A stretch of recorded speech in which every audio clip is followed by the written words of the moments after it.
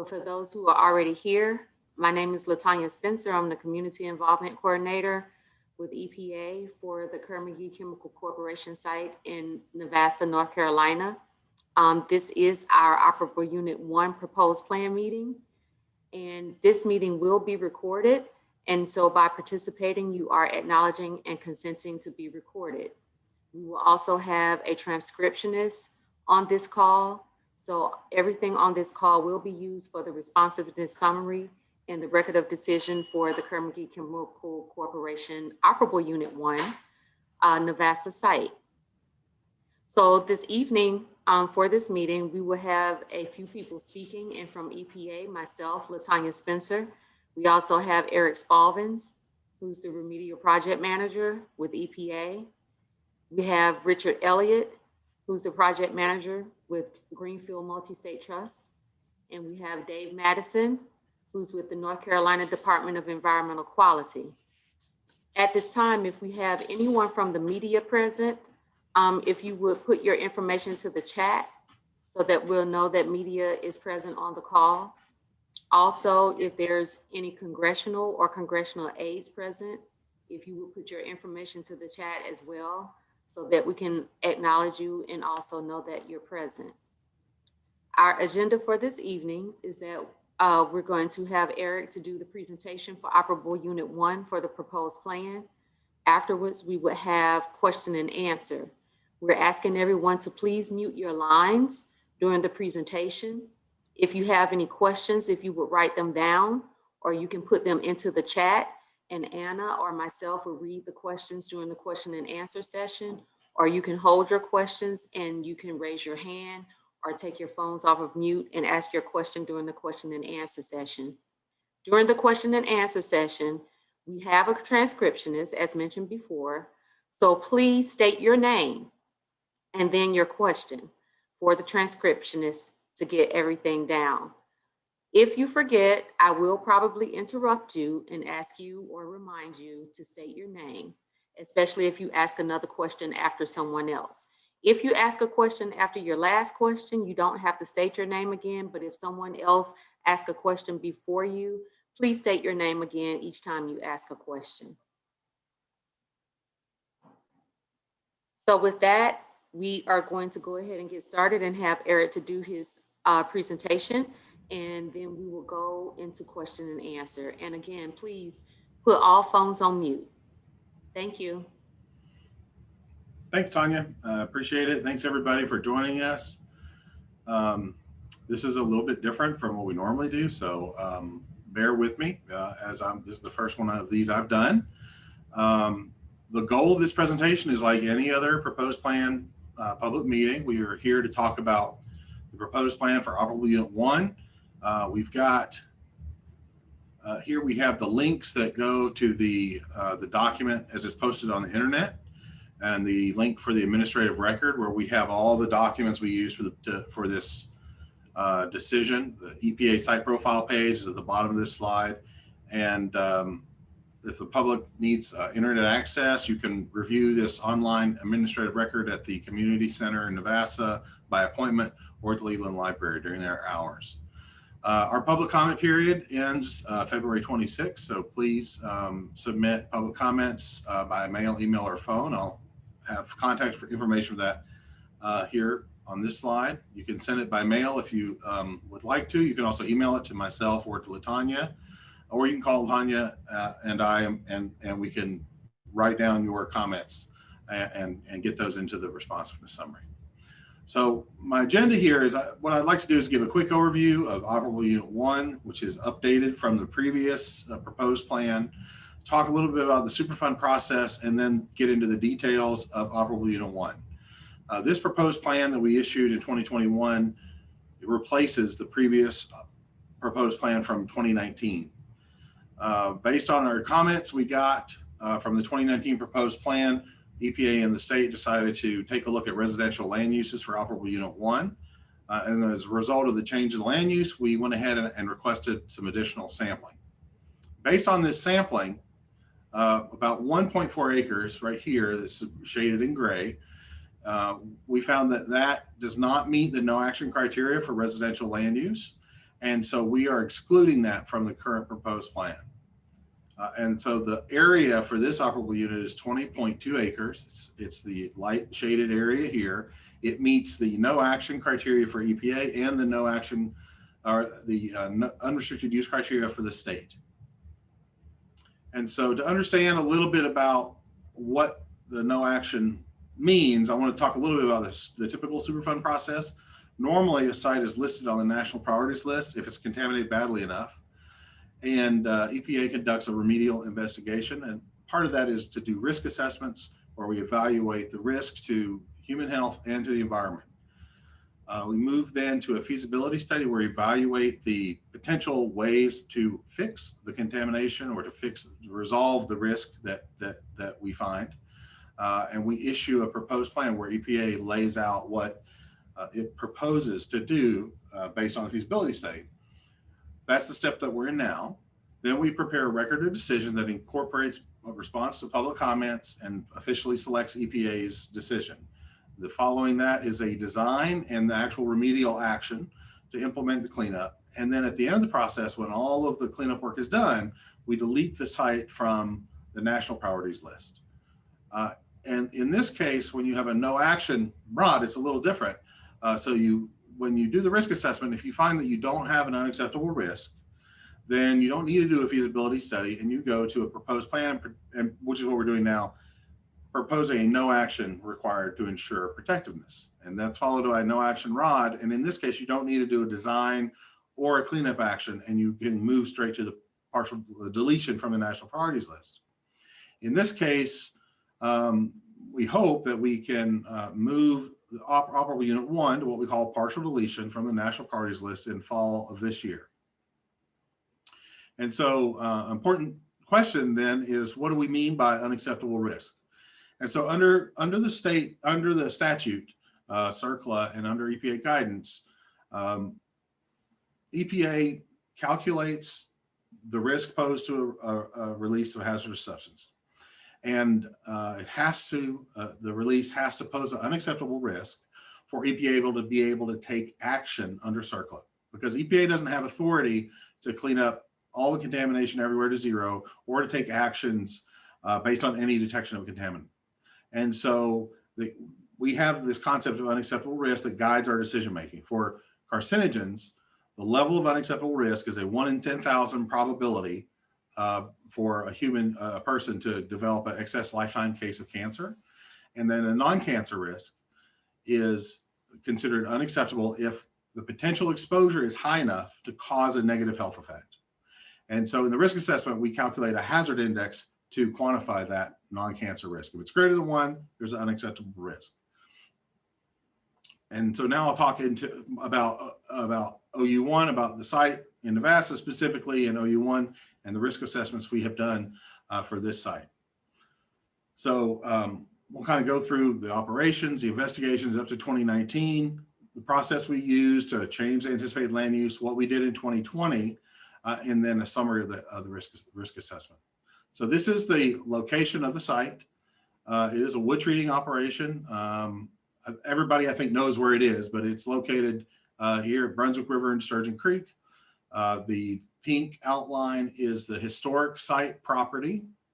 The blue outline is where the operations were and where the operations affected the marsh. And so the site itself is defined as this blue area. The pink area is not part of the Superfund site. So in the 1990s, Kerr McGee owned it at that point. They transferred about 90 acres of the marsh land, which is not indicated in this figure, but you may see it in some other figures. They transferred that to the state. And so now, after that, the Kerr McGee owned about 152 acres. So most of what we know about this wood treater is from these aerial photographs. They started operations in 1936. Kerr McGee bought them in 1965, and they operated the facility until 74. This photograph shows it in 1969, which is just about the maximum amount of activity during the operations. Let me show you this next photo. Shows 1975. After they ceased operations, started to dismantle the plant. You can see that the process area, which is to the south, has been dismantled. Some some of the equipment and buildings are still there. The wastewater ponds are further to the south. We have a number of ponds and a new pond compared to the 69 aerial. And then the wood that was stored up north is gone at this point. The OU1 area will show it a little bit is this northern part of the site. When Kerr McGee dismantled the site and they started to engage with the state regulatory programs in the 1980s, they provided a really brief summary of the work that they did to dismantle the site, and they didn't provide a lot of documentation. It's really just about 2 paragraphs. And they said, Kerr McGee said that as far as they knew, they had only used creosote at the site. But throughout the investigations that have been happening at the site, we've always wanted to ask the lab analysis to also include another wood treated chemical called pentachlorophenol. Pentachlorophenol is important to know if that's there at a site because dioxin occurs as an impurity in pentachlorophenol. And until 2020, we only had erratic detections at the site that I thought they were lab error or some other kind of issue. But in 2020, the Multi-State Trust found pentachlorophenol in several groundwater monitoring wells, and it was enough of a detection that we decided we needed to add pentachlorophenol and dioxin to the list of contaminants of concern at the site. And so we added those in 2020. And a lot of the work we did in 2020 was to fill in the spatial understanding of potential dioxin contamination in the site. And so that was a big part of what we did. So back to the history of the site. In the 1990s, after Kerr McGee dismantled the site, the state had investigated the site and they were tracking it, they were aware of it, but they rated it as a relatively low priority. In 2002, the state was doing bridge construction and found creosote contamination in the wetlands by Sturgeon Creek where the bridge went across. And as a result of that, they referred the site to the EPA Superfund program in 2003. From 2004 to 2006, Kerr McGee conducted the investigation, but in 2006, they created a spinoff company called Tronox that continued the investigations. And by 2009, Tronox had gone bankrupt. And Kerr McGee sold itself to Anadarko Petroleum. And so when Tronox went bankrupt, EPA took over the site work. We did some investigations ourselves and we listed the site on the national priorities list.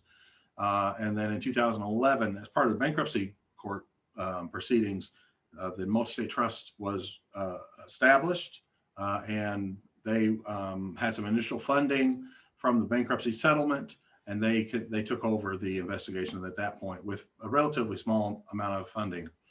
In 2015, they received additional funding that came from litigation against Anadarko Petroleum and the former Kerr McGee company for fraudulent conveyance, and that's where a fairly large sum, about $90 million, is now managed by the trust and has been used to conduct the investigations up to this point.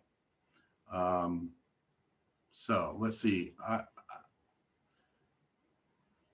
If we get the question and answer session, there are people that are new to the site, we can talk through kind of some of the details of that. I covered a whole lot of materials very quickly there. We usually, in the past, we've spent 20 minutes on that discussion alone. So if anybody has questions about that, feel free to bring them up later. The investigation of the site up through 2019 was based on anticipated land uses of industrial or commercial land use. We evaluate risk based on what is the land going to be used for. And those risk assessments found no unacceptable risk under CERCLA for those land uses. So as a result, we developed a no action proposed plan for Operable Unit 1, which at that point was about a little bit over 21 acres. And it's showed here kind of in the darker outline. And this is where we presented this to the public in October and got some feedback that the community was interested in being able to use this piece of property, this part of the site for residential land uses. And we worked worked with local government to help us understand that and get the proper documentation for us to incorporate that. So this was what the outcome of that discussion was. The town council in March provided a letter of position where they expressed their intent to pursue land use scenarios that could include residential land uses. And that's what this proposed plan is based on. Pardon me. And so when we changed the land use determination, one of the key things we had to incorporate was how do we, the difference between estimating risk for commercial workers or industrial workers and estimating risk for residents. And the main difference is the size of the area that people are exposed to as they use the site. We call that an exposure unit. A 1/4 acre exposure area is used to estimate potential exposure for residents. And so what we wanted to do is we wanted to take advantage of the data that we had, and we wanted to make sure we had a robust, coverage, spatial coverage. And because the data we had was not in a grid pattern or anything, it was basically, we were trying to locate the most contaminated areas, and that's where we sampled. So we wanted to make the most use of that. So the Multi-State Trust did a spatial analysis and created polygons, or these shapes here that you see, using GIS software, so that each of these spaces is no more than a 1/4 acre. Most of them are a bit less than a 1/4 acre. And using the spatial analysis, we placed additional samples in the OU1 area, in the OU2 area for that matter, but we're not going to cover that today. We'll be dealing with that data in the near future. So the figure here shows the new samples that we collected are shadowed in white and orange. So the existing samples were blue. The samples we collected in 2020, those samples were, we used 5-point composites. So we basically took little five samples in each of these locations, and the pink areas are the ones where we had existing data that exceeded the cleanup number for benzoate pyrene. So let me see here. So the revised, let me go here. Yes, so here's the map that shows the 2020 results. These sampling results, this is a map that's updated with the 2020 data. You can see that this dashed line is adjusted on the south side of OU1 so that we can make it a little bit smaller and exclude some of these areas where we found contamination above the residential levels. The blue areas up here in this buffer area to the top right of the figure show areas that are acceptable for residential land use with no action from the EPA and no institutional controls required by EPA or the state. The new boundary is 20.2 acres. So to summarize the human health risks for OU1, the contaminants of concern include the creosote compounds, PAHs, the carcinogenic PAHs, pentachlorophenol, and dioxins. We provided some concentrations to use as thresholds to determine if each exposure area would be an unacceptable risk or not. And we basically drew out the areas that didn't meet that criteria. Because OU1 is protected for residential, it's also going to be protected for commercial, industrial, and recreational land uses. For the eco risk, we had done a 2019 analysis, and we looked at birds foraging in OU1 because we know OU1 is going to be redeveloped for some kind of use, and it probably won't be good habitat for residential, so to speak, critters. It won't be mammals that are going to be able to make a very good life for themselves when this place is redeveloped.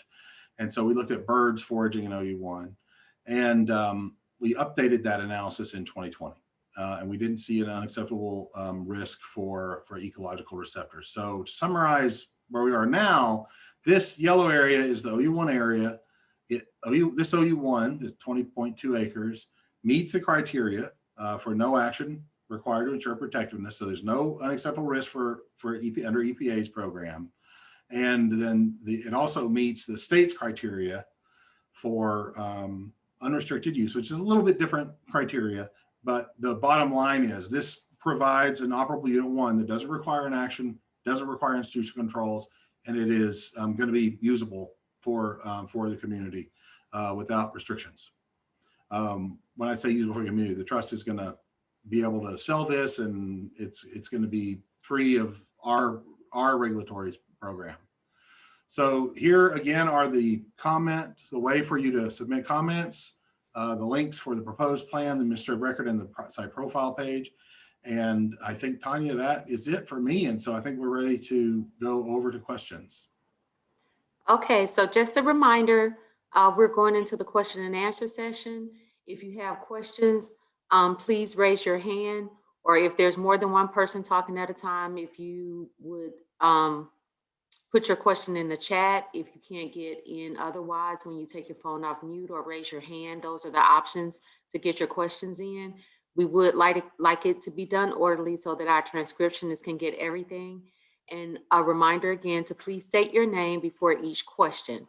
So the floor is open. Anna, did we have any questions in the chat room during the presentation? We do not have any in the chat, so we're good to just get any if anyone wants to unmute themselves. Okay, so at this time, if anyone wants to unmute yourself and ask any questions, the floor is open for question and answer. And again, please state your name first.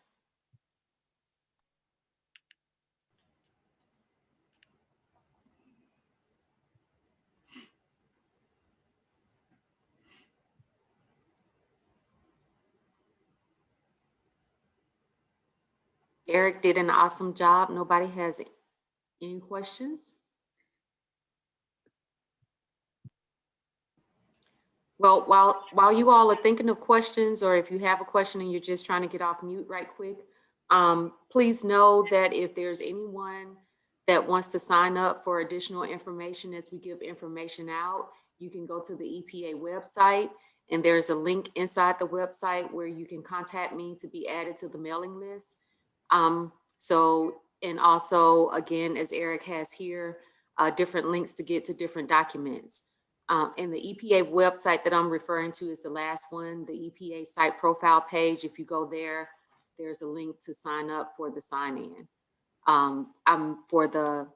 If you want to be added to the mailing list. So again, are there any questions? I'm worried that everybody's locked out. We need somebody to just do a sound check. Check, check. So how about it? Can you hear me? Oh, yes, sir. Yes. Okay, this is Mayor Willis. I figure I better chime in with something. Okay. Good. Yeah, I appreciated the overview, Eric. The one thing I wanted to bring out, and it's just as much for the listening public as it is for you, is that those institutional controls, right? You mentioned them a couple of times, and I'm not quite sure that folks understood them. I understood what you were saying when you were saying institutional controls. But if you would you kind of explain to them that under that last plan with the OU1, that there were some institutional controls proposed for that? And that was one of the reasons that kind of stuck the town council or the councilman into taking a better look at the cleanups that's needed there. Sure. Would you just explain that to them, please? Yeah, I'd be happy to. Yeah, in 2019, the 2019 proposed plan was, like I said, it was based on commercial industrial land use, and there was not an unacceptable risk. That part of the site, not only was it not used very heavily, but it also, they did some kind of cleanup out there, and they didn't leave us any documentation of what they did, but they clearly at least removed the train tracks that were out there, and there's not really debris that you would expect if somebody just locked the gate and walked away.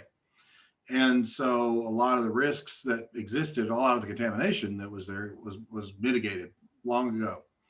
And so for the EPA, our program uses the thresholds that I talked about for whether an institutional control is required under CERCLA.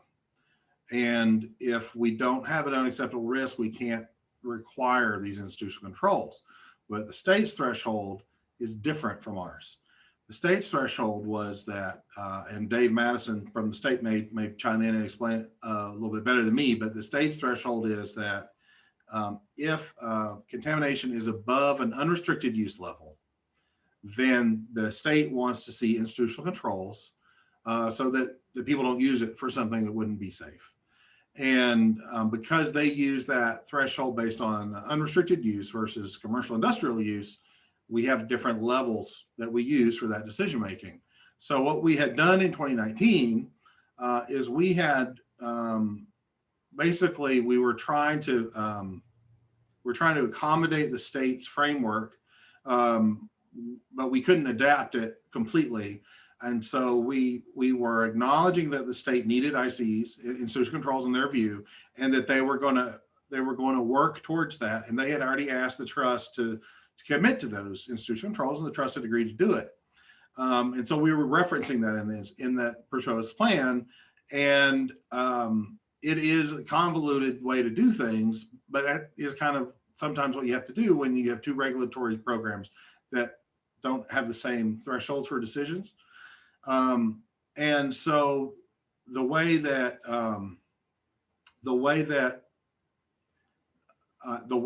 people told me, including you, Mayor Willis, that it sounded was the EPA said we don't need institutional controls. The state says we do, which is what we were saying.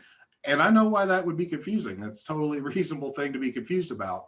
And so by requesting residential land use, that kind of enables EPA's framework for decision making to be aligned with the states. And so here we are. We have some areas of OU1 that we can't include in this decision, but we'll include them in the next decision, and we'll work through that as part of OU2. And so this is a good way to resolve that issue. We needed more data. It was a delay, and then because of COVID-19, we had a further delay. It slowed down our sampling, our ability to go get the samples. But now we have a really robust data set, and we're pretty comfortable with, the trust and the EPA and the state are all have worked together to come up with a decision that we're comfortable with. And so real quick, one other thing is when I say institutional controls, we're talking about a deed restriction. So that when the property is sold, that in the deed or attached to the deed is a list of restrictions that tell future property owners you cannot do this or that. And by redoing the sampling and by changing land use, we don't need to have those in OU1. So it should mean that a future landowner will have more flexibility in what they can do with the property. It should increase the value of the property. It makes it possible for us to do a partial deletion very quickly. Because if we had to do a deed restriction or a restrictive covenant, is what another word for them, if we had to do that before the property was sold, it would probably be at least a year or more delay before we would have that in place and we'd be able to do a deletion. So Mayor Willis, does that answer your question? Great job, Eric. I appreciate it. Thanks. And Dave, is there anything you want to add to that? Or Richard? No, I don't really think so. I mean, we had, evaluated based on a proposed commercial industrial land use, and that's one certain threshold. The institutional controls that we had proposed would require that former OU1 to always be commercial industrial because we didn't have the information necessary based on its proposed land use to say that it was not going to be an unrestricted use scenario. But based on the feedback that we received, we went back and we did provide the additional sampling and analyses to prove that it did meet a higher threshold for unrestricted use. And like Eric said, that allows a lot more flexibility for long-term redevelopment. Thanks, Dave. Yeah. This is Roger Hsu. Hello, Eric. And thank you for the presentation, and thank you for the good summary that you guys have provided, and also to Richard and Dave. My question is kind of what is the timing following the comment period assuming that there's no issues that are brought up in the comment period that would require some actions. When would the acreage be released and, for instance, multi-state move forward with sales or other actions on that property? So just what is the timing following the comment period? Well, I'll answer the EPA part of that question, and Richard can address the part for the trust. The time frame for us is that we will we're working on the ROD now. We have a response to the summary that we prepare that I have to incorporate all the comments we get and make sure that we address those. I don't want to jinx myself, but I think we have a pretty robust data set, and what we're proposing is within, and pursuant to EPA policy. So I don't know what I'm not going to jinx this, but I don't think that we'll have substantive comments that will result in the kind of delay that we had recently with the last revision. I'll put it that way. So I hope that I can have the ROD finalized in March, maybe April. And I hope that I can get the partial deletion. I have to actually prepare a draft document for the partial deletion pretty soon, and because they really have a long lead time on that process. So I hope that we can get the partial deletion paperwork ready so that it is proposed in April and then finalized in September or August. I forget, it may be August, but basically sometime this fall. If we don't make that schedule, then we'll basically have a 6-month delay for the deletion. Now, the deletion doesn't have to be finished for the trust to do their part of things, but I think the value of the property won't be it will be highest after it's deleted from the Superfund list. And so I think that probably answers the question for my part, and I'll turn it over to Richard for the question about the trust's time frame. Yeah, for us, we had made a commitment to the community a couple of years ago, actually, that we wouldn't really start proactively marketing the site until after the ROD for OU1 was approved. So we're aiming towards, like Eric said, probably April or so, and we'll start up that effort. We have been responding to inquiries, so there are a number of interested parties that have approached us, and I know they've approached the town and other people.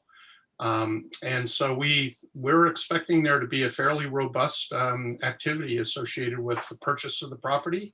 And right now we're drafting up the actual process, and we will be passing that through our beneficiaries, which would include the EPA, DOJ, the state, and NOAA and Fish and Wildlife. All of those parties need to approve any transaction. So we want to make sure they're on board with the process, and then we'll start moving forward, and hopefully we'll get an active response and be able to make progress. And we will keep the community engaged. And as a minimum, we have our quarterly meetings, and we'll give you an update on where we stand. But any significant event, we'll try to let people know what's happening. Excellent. Thank you very much. Thanks, Richard. Any other questions?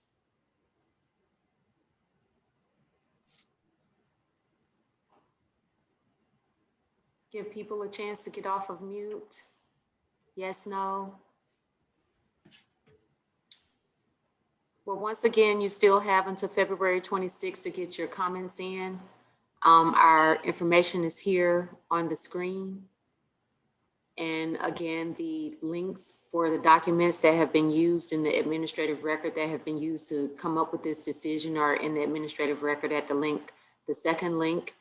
And the EPA site profile page has all of the other additional information. And also there's a link there. If you're not on our mailing list, please click and provide your information there. Also at this time, if we've had any congressional aides to join us, if you would let us know that you're on the Zoom call, the proposed plan meeting. And also if there are any media, if you would let us know that you're on the call as well. we'd appreciate keeping in contact with you and providing additional information if you need it. So we're going to make another call for any questions or comments that need to be added for the responsiveness summary.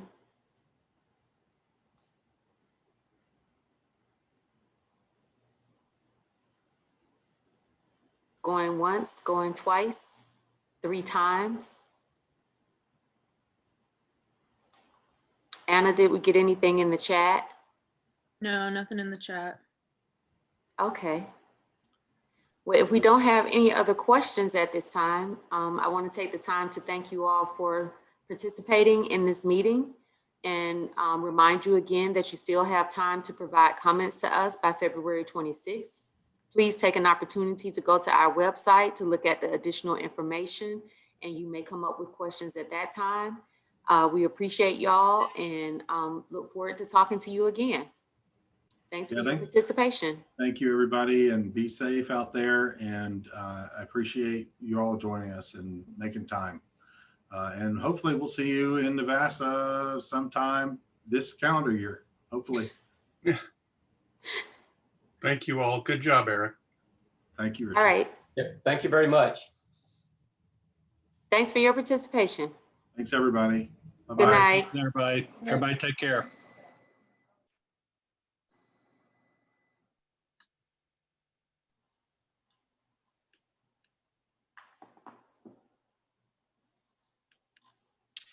So we're done, Ms. Spencer? Yes, that will conclude the meeting. Okay. All right, then That I'm was gonna fairly log easy. off. That was fairly easy, huh? Yes, ma'am. Okay, well, It's a thank lot you. easier than the ones I've done in person, that's for sure. Oh, absolutely. I understand. This is great. So thank you. We appreciate you and look forward to the transcription. Okay, thank you. Have a good Bye-bye. night. Bye. You too.